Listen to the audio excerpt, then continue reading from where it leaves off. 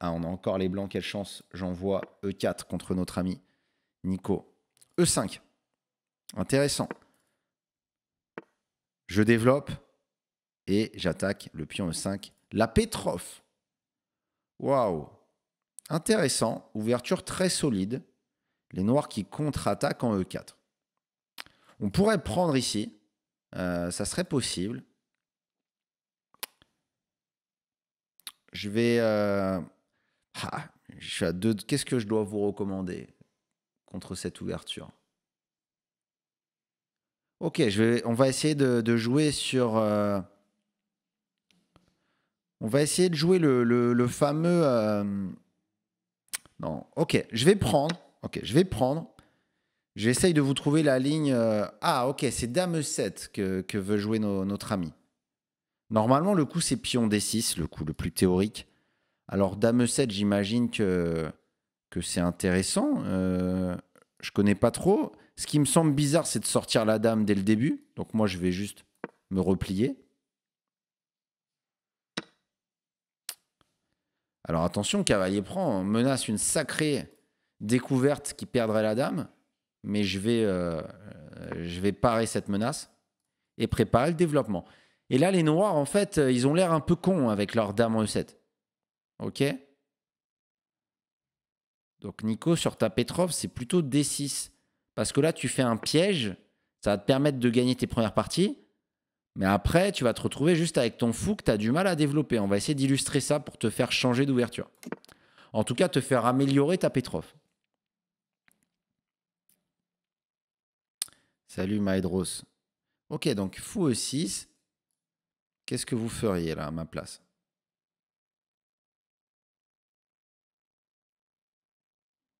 Qu'est-ce que vous feriez les amis? Et merci à Jules pour le sub. Pion D3, j'aime bien pion D3. Oui, je suis d'accord avec vous. J'aime bien pion D3, on se développe le fou et on gagne un temps sur le cavalier. Je suis d'accord. Merci à Fabrice pour le sub. Merci à vous les amis. T'as raison Benzaza. Pas forcément obligatoire de retenir les coups. On se met à retenir les coups quand on comprend bien la logique derrière les coups. Salut Pakistan, échec. Ouais, effectivement, c'est en classé, pas de problème. Je suis prêt à perdre mes points Hello, si vous jouez bien.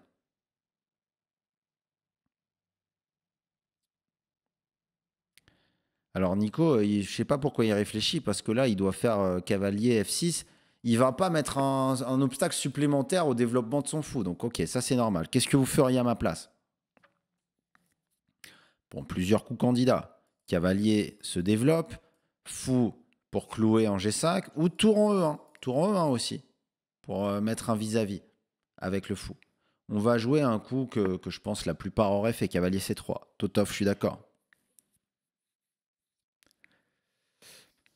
Non, Galicia, c'est pas la priorité d'apprendre des ouvertures par cœur quand on commence les échecs. Plutôt la tactique d'abord. Plutôt faire des exercices tactiques, résoudre des problèmes de mat en 1, mat en 2, mat en 3, des fourchettes, des enfilades.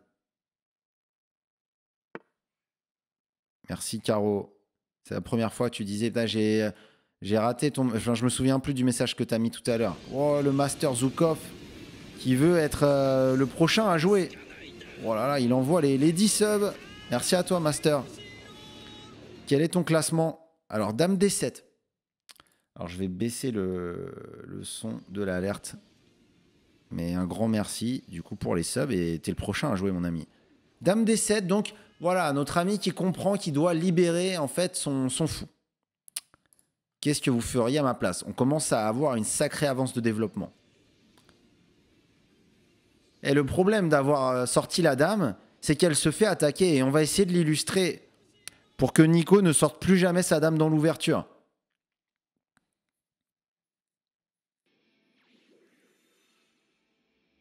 Ok, on va prendre quand même, Master. T'as envoyé les 10 subs, on va quand même te remercier.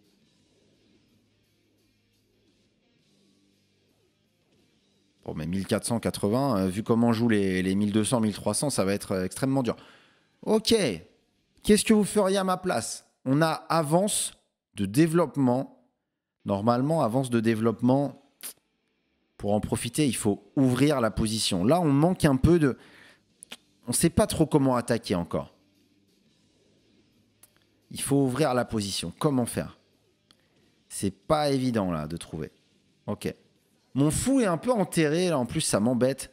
Je vais jouer D4 pour prendre un peu plus d'espace, libérer une case pour mon fou. Et ok. J'attends de voir où il va déplacer son fou pour m'adapter avec mon propre fou.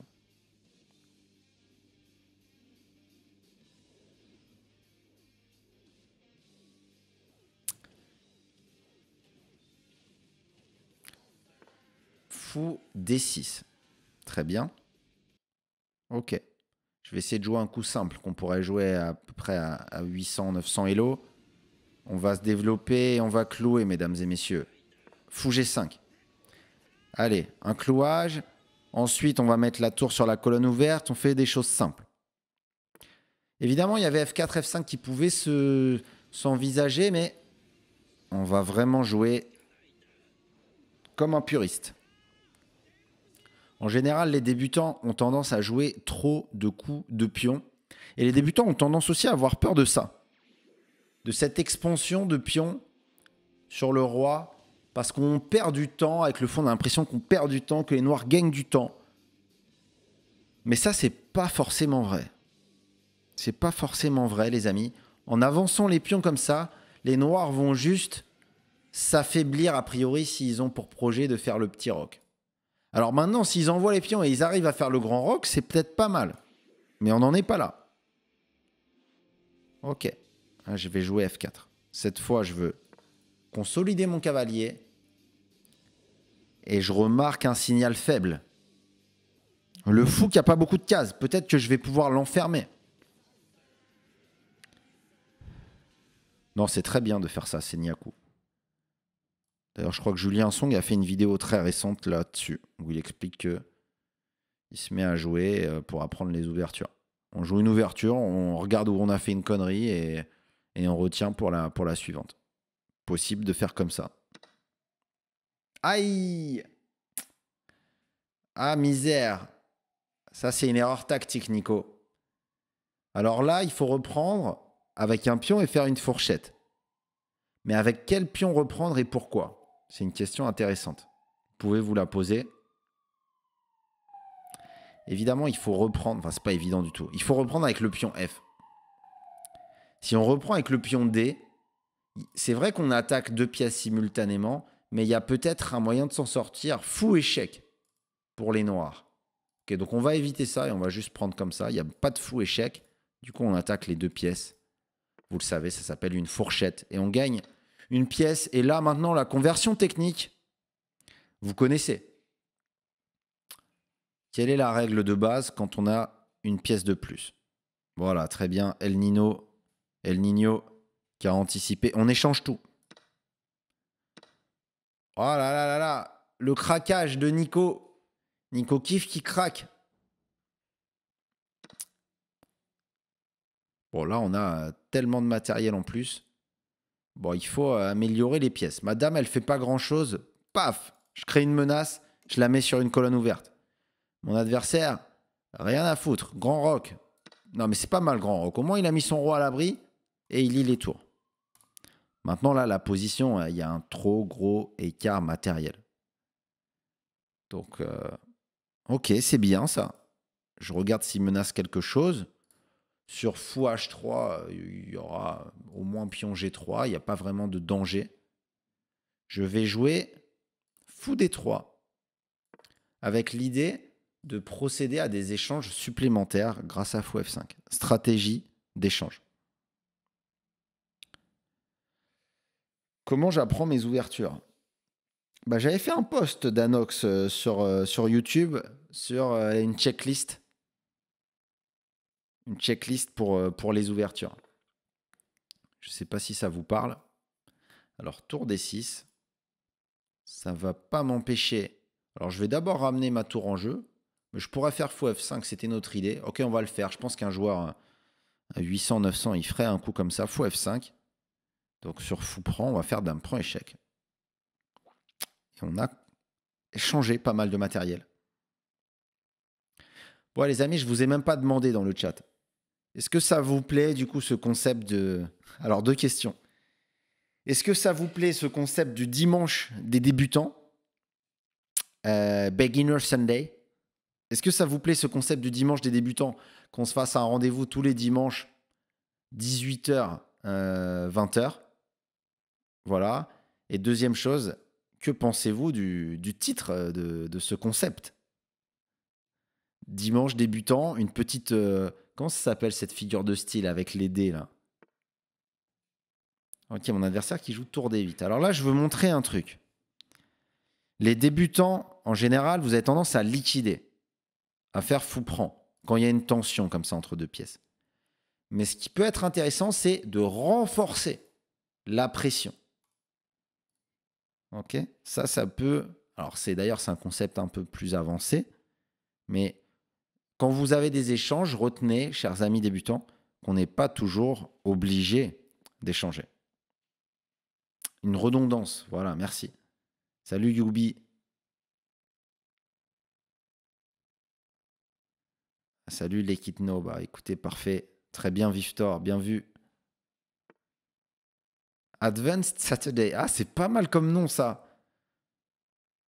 Oh là là, là il y a un super coup à trouver. Il y a un super coup tactique à trouver pour les blancs. Il y a un très fort coup là. Sur le thème du clouage, est-ce que vous l'avez?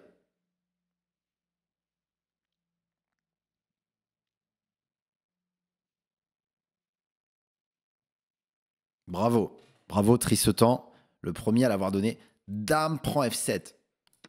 Le fou ne peut pas prendre la dame parce qu'il est cloué. Et si fou prend fou, dame prend, on a gagné un pion. Non, même sur fou prend fou, il y a meilleur même. Oh là là, c'était très fort, dame prend F7. Ça, c'est un désintérêt d'avoir renforcé le clouage, justement. On en parlait. Bien vu, Jules.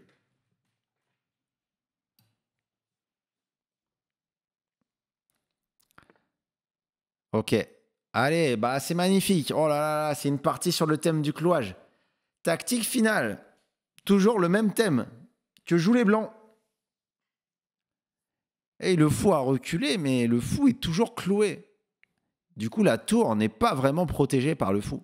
Dame prend E8 ou tour prend E8, c'est échec et mat. Merci à Nicotif pour cette partie intéressante. Alors, regardons rapidement le rapport de partie. Et notre ami Master Zoukov, tu peux déjà m'envoyer dans le chat ton pseudo.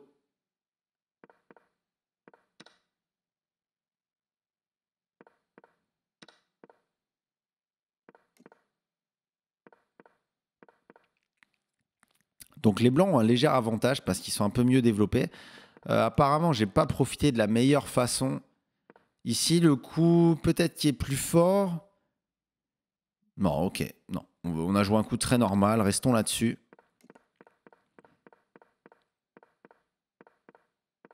On a fait que des coups simples. Voilà, F4 pour tenir le cavalier. Et là, le craquage. Il fallait jouer. Là, voilà. Par exemple, c'est ce qu'on apprend. Si on se met dans la peau des noirs, c'est ce qu'on apprend à faire à mon club en ligne. Regardez. Les blancs viennent de jouer. C'était moi qui a joué ça. La première chose à faire dans vos parties, c'est de vous demander que veut faire l'adversaire. Et là, c'est assez clair que je menace F5. Enfin, c'est assez clair. Pas à ce niveau-là, mais on peut trouver peut-être que je menace F5 enfermer le fou. Et donc, le coup, c'est cavalier B6 pour véhiculer une case sur le fou. F5, fou D7. Ok? Donc, dernier conseil pour conclure sur cette partie, c'est pour bien jouer aux échecs, il faut toujours se demander ce que veut faire l'adversaire avec son dernier coup. Et du coup, je vous propose une chose pour la partie contre notre ami Master Zoukov. On va faire une partie à thème, à savoir, à chaque coup, on va se demander ce qu'il veut faire avec son dernier coup et on va voir si ça marche. Ok? On va essayer de le faire. Merci à Nico, en tout cas, pour la game.